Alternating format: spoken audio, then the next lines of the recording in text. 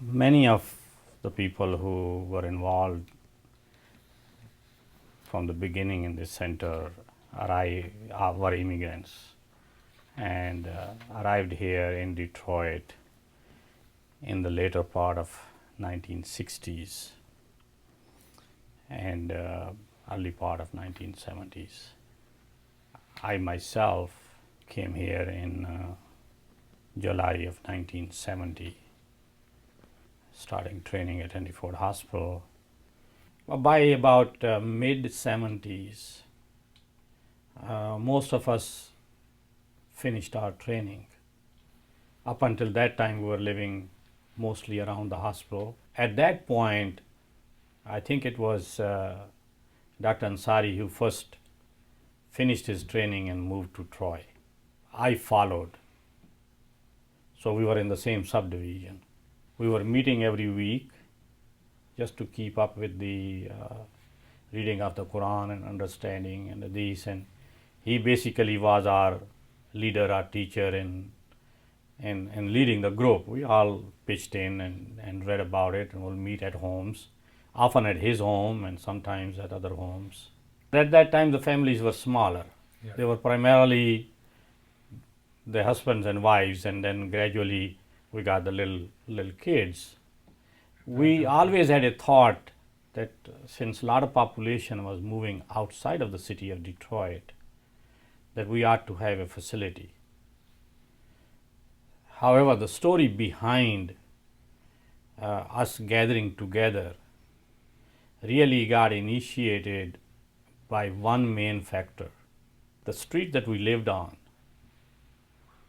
in Troy, it was Prentice Street. Behind that street was a farm, and that extended all the way from Long Lake to almost to Dr. Ansari's house, the cross street. Right. The owner went down to Kentucky or Tennessee, where his brother used to live, and he passed away. And while he was there, he passed away too. And his wife wanted to dispose of the property. So we said, why don't we think of buying this farm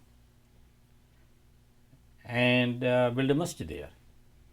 We all live around here, and this will be a good place to. Brother Sayyid Taki, he is a real estate person. So we asked him to go and check on this land.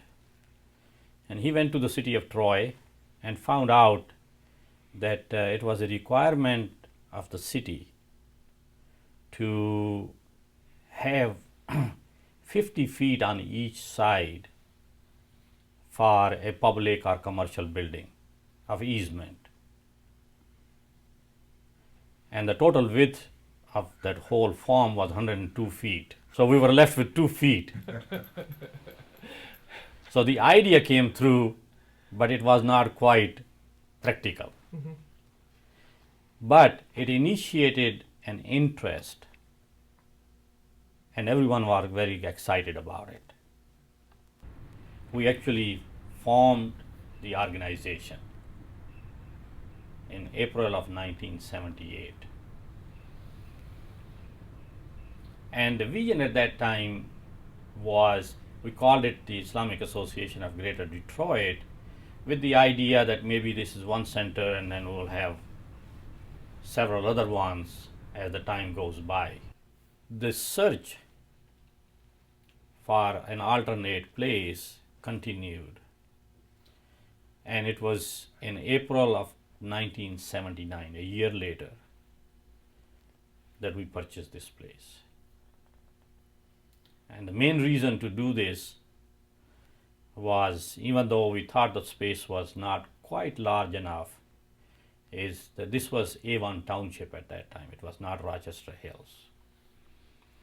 And the township did not require rezoning. You could build a church, a mosque, a religious place. And so we developed the plans, and then from those plans went to the city and so forth and got approval, and the building started. So by summer of 1982, we were done with this original building. The initial structure of this was, the front component of it was the prayer area, and this back portion where now we have the sisters prayer area, that was the common hall, and where the present entrance is was a kitchen. So this served as our meeting area and had partitions. So on Sunday we made it into classrooms. We would have dinner, and then if there was a larger prayer during Ramadan, you packed up the tables and so forth, and put down the carpets and prayed. We made some basic principal decisions. One decision was that English is going to be the primary language of communication in the mosque. We can speak whatever dialect, whatever language we want to speak among ourselves, but the official language is going to be English. And that forced us to have sermons and everything else and basic speeches and so forth in English. A center, a community center. That's why there was emphasis on having the kitchen, there was emphasis on having the hall, having those dinners, which was obviously different than the concept in Pakistan or India or so forth, where the men were primarily going for prayers. Because we felt that if we did not have the women coming, then the children won't come, then pretty soon the husbands won't come, and it just did not serve the purpose for what we wanted to do. We wanted to have it as a community place where you could come together and meet each other and do whatever the needs were there for the community. Primarily because of this professional group, we actually did things very much professionally. The organizational structure was very professional. We worked on it through a law firm to develop the bylaws, the constitution, to get the non-profit status, and we have followed that to the letter. Islam in America has vast potential. We believe that Islam is a peace-loving religion which promotes peace and harmony within person, family, community, and the country at large. And we hope that Islam will spread in America as the local people see us, interact with us, and learn about Islam. Hopefully they'll learn it from people who are good scholars and who are good examples of Muslims.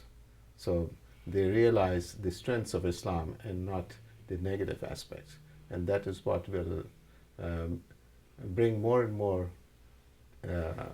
people into Islam, and we'll be able to interact with them easily and peacefully.